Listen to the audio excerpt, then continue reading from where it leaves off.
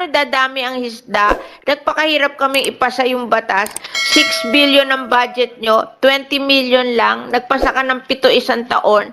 140 million lang yon. May hindi nyo kami binigyan ng konsuelo na binild nyo yung mga fish hatcheries na yun. Walang na-build na fish hatcheries. Okay. Tapos pinatpasa nila sa akin ng IUUF. Oh, kasi Okay. daw, pag napasa ko yung IUUF, magiging collection daw nila against penalty against illegal fishing from 100 million magiging 1 billion. And 65% of that we will give to the small fisher folks in the municipal water. What happened?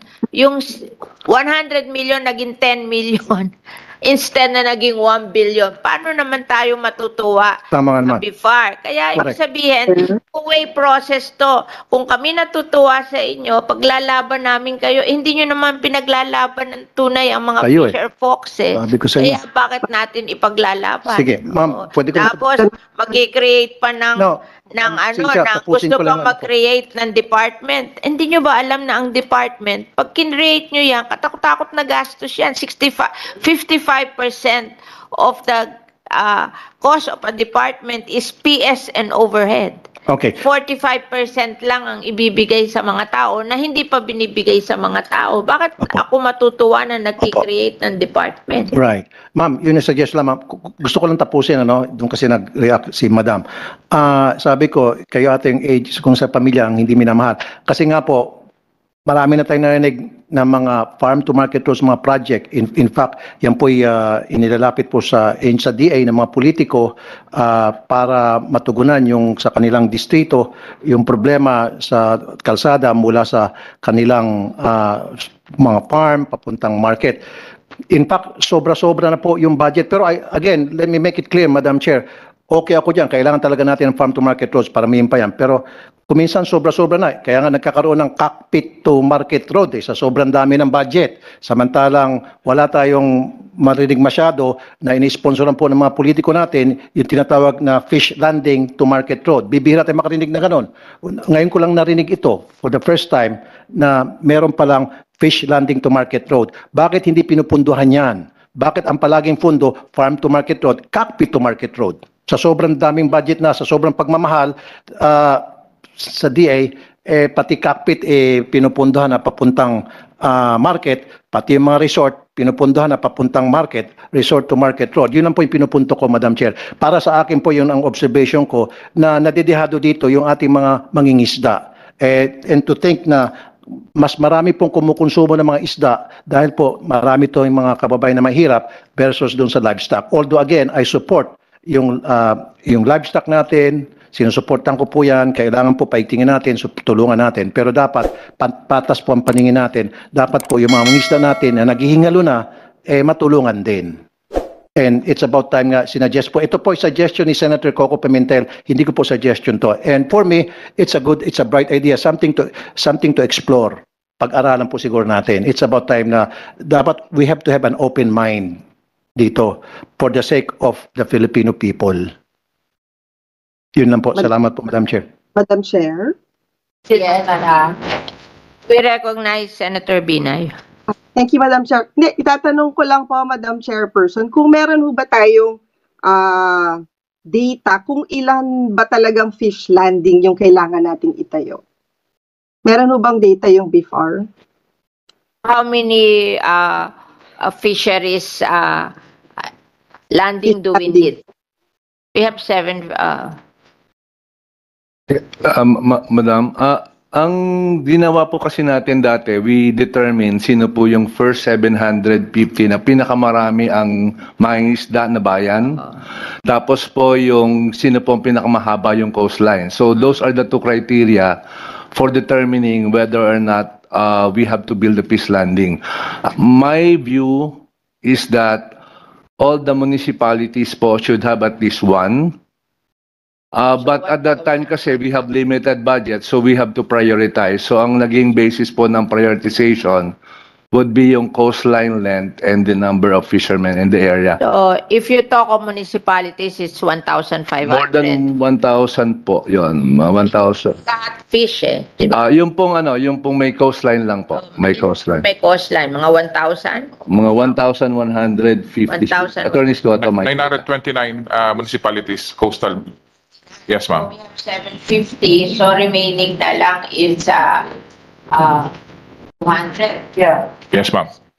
And Madam Chairperson, for this year ho ba, meron tayong nakalaan for fish landing? Or what?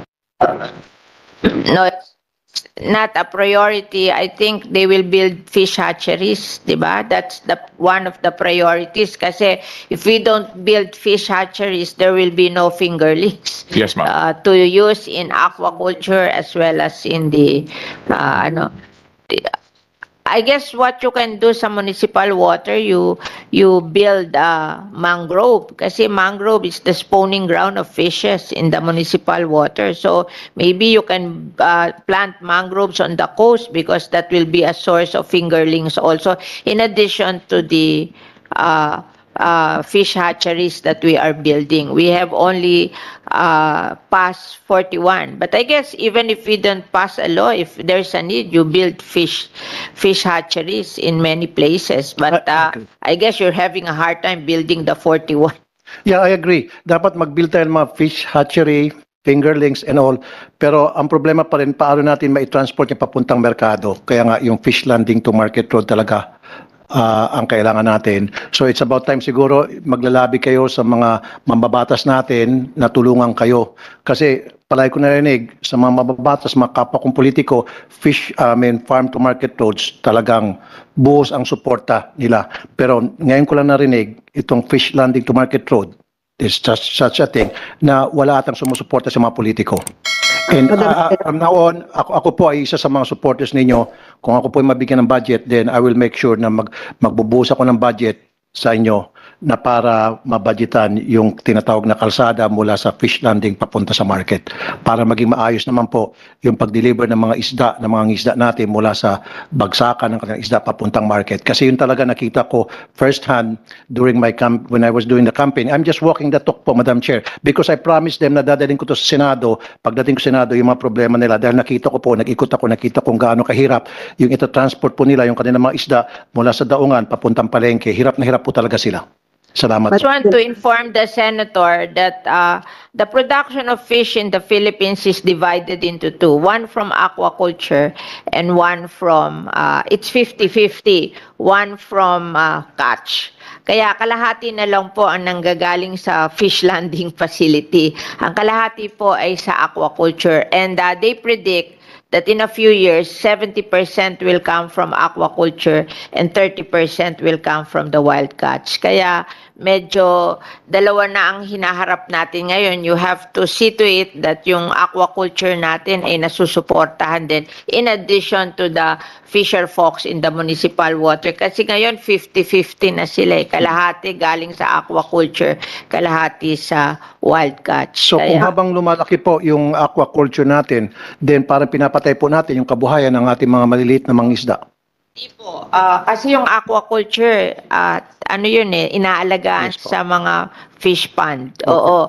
Yung isda is natural, it will go. Kaya lang, ewan ko, parang because maybe of pollution, maraming namamatay na isda, hindi nagtatribe ang isda sa ating municipal water kasi one of most important problem is plastic pollution. Pag kinain kasi na isda yung plastic, namamatay yung isda. Kaya one of our major, kaya pinasa ko po yung Extended Producers Responsibility Bill para yung mga nagpo-produce ng plastic will take care of their plastic waste in retrieving their plastic waste para hindi po tayo pupunta sa ocean kasi sabi po sa study here in Asia, the number 1 producer of plastic into the ocean is China, number 2 Indonesia, number 3 ang Philippines. So medyo may problema tayo sa ganyan.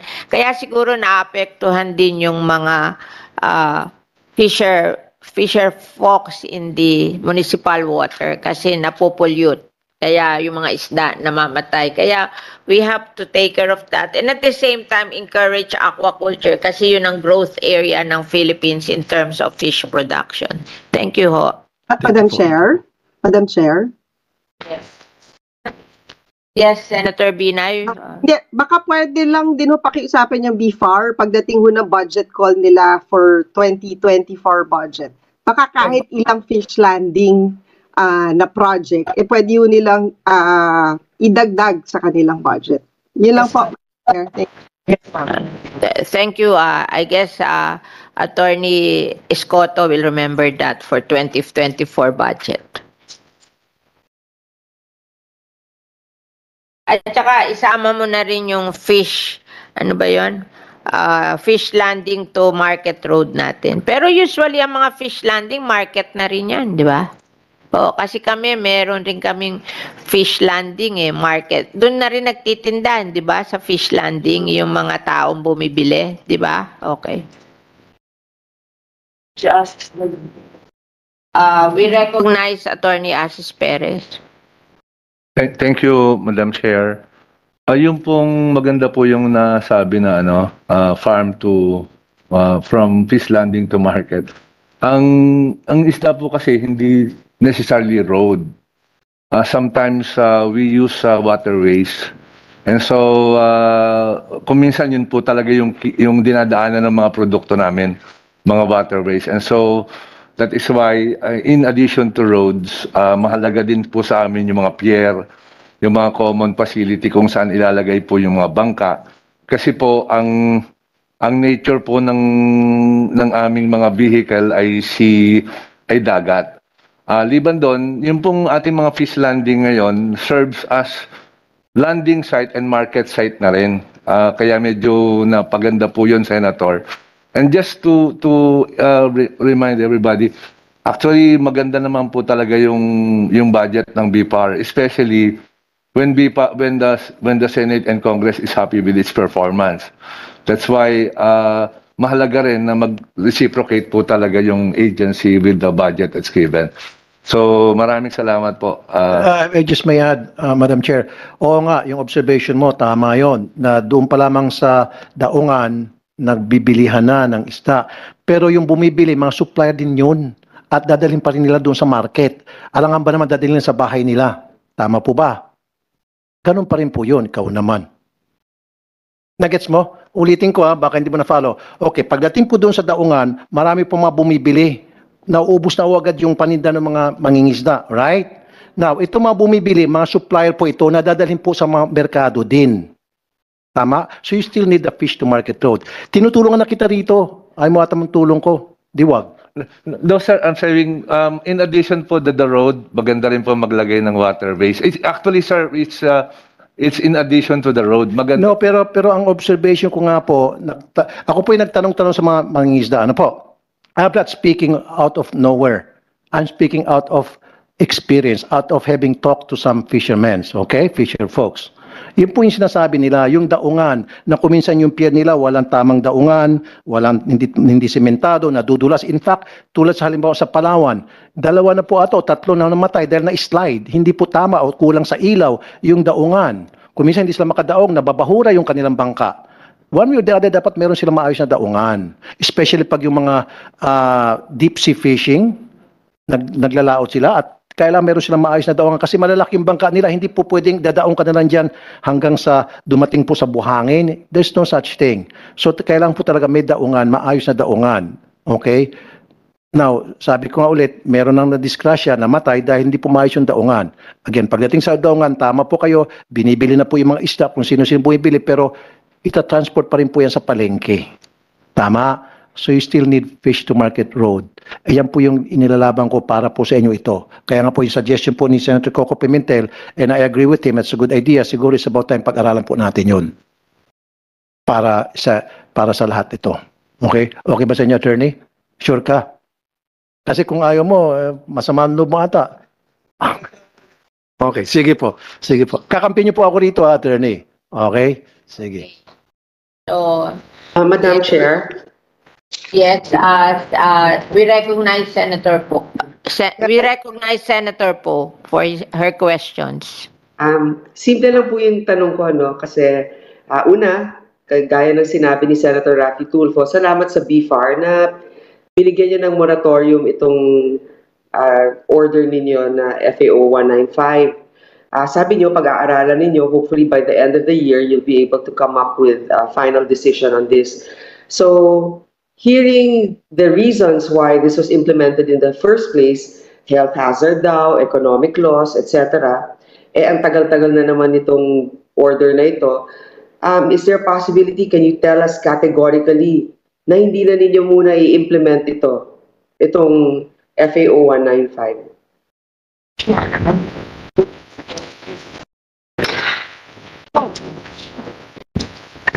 Yes, ma'am. Actually, we have already announced, ma'am, in a press briefing that we will defer the operation in the wet market for the implementation of FAO 195. You will defer. So the order is still there pending your Studies. I think they will study how to reform this mga EO na to be more poor oriented. Yes, so sa ngayon, indefinite ang moratorium. Yes, Senator Poe. Okay. Ang gusto ko lang kasi malinawan ng ating, alam mo marami nag-i-import ng bago pa lang yung okasyon, no? Hindi pwedeng ura-urada yung sasabihin ninyo, hindi, ito na yung desisyon namin. Siguro ay bigyan din ninyo ng konting kasiguruhan yung mga ating mga nagbebenta, yung ibang mga importers na hindi kayo basta-basta padalos-dalos sa mga desisyon nyo. At sa ngayon, indefinite ito, hindi mapapanis yung mga in-import nila. With that, I just want to Senator Poe, no? Kasi dun sa ating EO 195, para hindi dapat nakarating sa wet market yung mga in-import doon. Ang pwedeng makarating sa wet market during close season, di ba nag-i-issue kayo ng out of necessity, pwedeng mag-import for the wet market. Liwanagin nyo nga yun kasi kung namang makakarating palagi sa wet market yung imported kahit na hindi close season, maapektuhan naman ang local producer, di ba? Yes. Yun naman, kailangan liwanagin yun kasi ano yung makakarating sa wet market, yung ba tuwing close season lang or throughout the year? Kasi yun ang question Kasi itong EO 195 para to sa processing, canning, at saka sa hotel and restaurant. Pero pag gusto nyo makarating sa wet market, you issue yung importation out of necessity during close season. So I just want to clarify na ito bang EO 195 na to, which is a law. This is just an IRR of the law. Pwede ba natin baguhin ang batas kung hindi natin ina-amend yung batas? Yun ang question sa inyo. Liwanagin nyo yun kasi magulo yan. Yes, ma'am. Tama po yun, ma'am. Yung based doon ho sa ating existing law, Section 61 of the Fisheries Code, talagang for canning and processing ho yun. Hindi ho dapat umabot yun sa wet market. At lahat ng importer natin for canning, processing, and yung institutional buyer, alam ho nila yan. Sa simula pa lang ho, when they applied for an SPSIC, they would execute an undertaking that they will use the imported products either for canning, processing, or for institutional buyers.